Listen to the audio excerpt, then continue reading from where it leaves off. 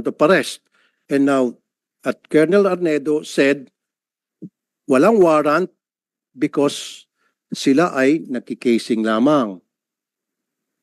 So, clearly, may nagsisinungaling sa dalawa. Covert operation ang ginamit niya. Tama ba, Senator Bato?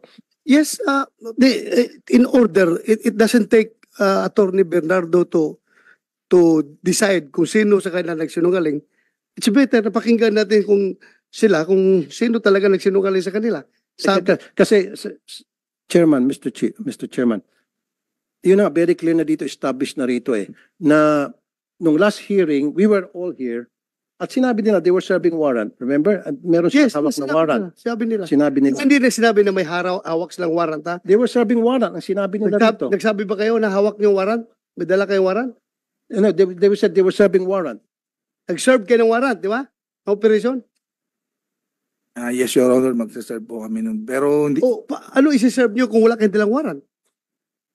with due respect, Your Honor, lahat po yun ay documented from pag-alis namin. Actually po, planned operation dahil po pinlano po namin yun, naka-logbook po yun, naka-blatter. At So, naka-blatter, nalalakad kayo, mag-serve kayo ng warrant? Yes, Your Honor. Saan Your yung Honor, blatter? Saan yung blatter na yan? Okay, part po yun sa mga sinabit okay, namin na ayan na naman, Mr. Chair. Palagi natutulas, magsaserve sila ng warrant.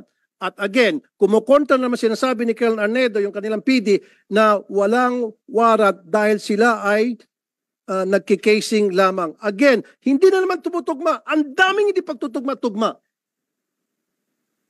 Covert operation, hindi, hayaan mo siya magsalita. Let him speak. Do not stop him. Isa ka pa. See, sandali, hindi, I'm not talking to you, sir, Colonel po. You see?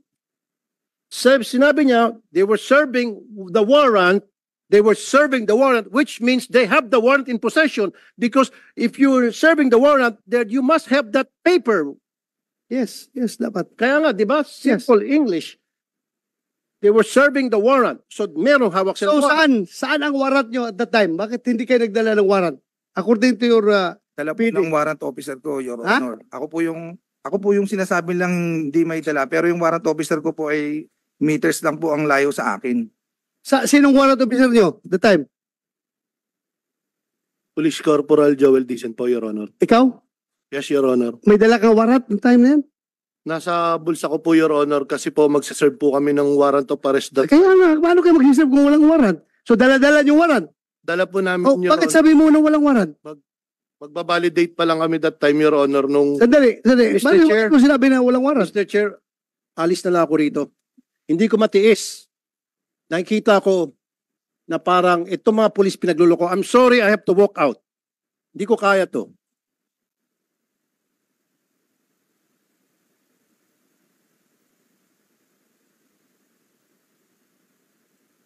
Dahil patuloy tayo, tuloy.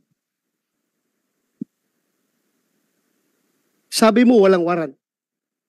Sir, based doon sa report, sir, pagbabalidate nga sila, ang warrant of arrest is nasa warrant officer, sir, which is not part of the validating team. Yung nga, dapat pinintindi nyo kasi, Senator Tulfo, na ang may hawak ng warrant, yung warrant officer. Ay, sir.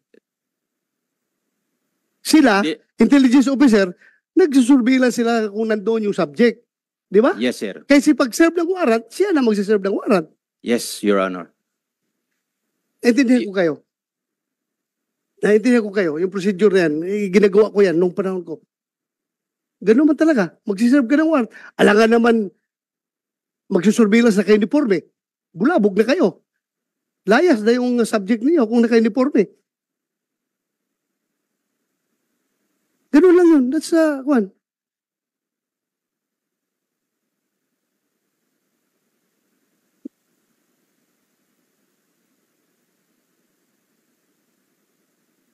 Mahirap yung ako. The worst thing na sabihin sa akin, binibibaby ko kayo, ay hindi ko matanggap-tanggap yan. Na binibibaby ko. What's the use of me being the chairman of this committee kung ibibi ko kayo? For the record, wala naman sigurong makapagsabi dyan na Sinong pinakamaraming na-contempt na pulis dito sa Senado? Kaninong komite pinakamaraming na-contempt na pulis at saka mga witnesses? Ako. Kaya wala akong pakialam kung sino kayo, kung dati ko kayong tao, basta kamali kayo, mamalasing kayo sa akin. Pero pag kayo naman gumagawa ng tama, hindi na ako papayag na wawalang hiyain kayo. Di ba? Fair lang tayo dito. Fair. Ayaw kong sabihin, porque dati akong pulis, bibibihin ko kayo?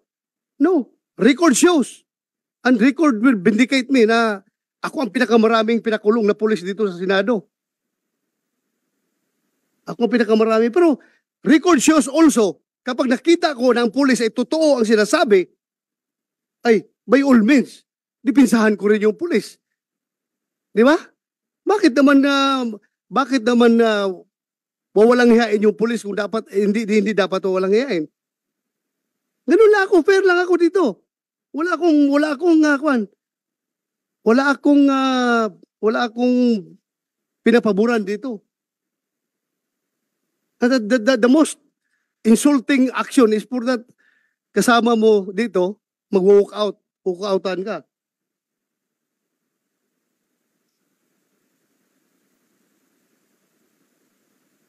Anyway, that's his prerogative.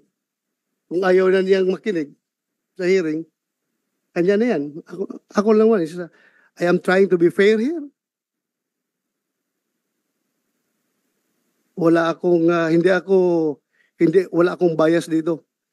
Kahit na sabihin nyo, dati akong chief PNP, ang dami ng pulis minala sa akin.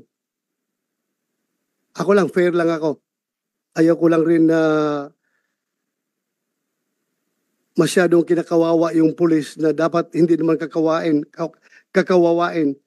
Respetuhin lang rin natin dahil kung ano yung right ng mga complainant na civilian, ganun din ang right ng mga pulis. Fair lang tayo. Yun lang sa akin. Ayaw kong ma-accuse ako na binibaby ko kayo. Never in my pagiging chief PNP o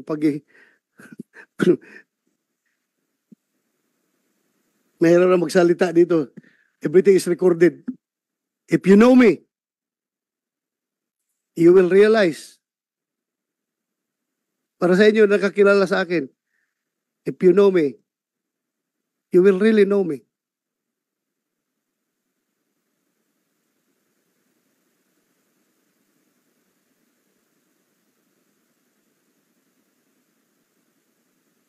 Hindi ko lang matanggap-tanggap for the record na kayo ay pinagmumura dito.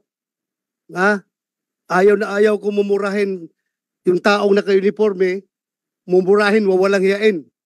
Yan ang hindi ko matanggap-tanggap.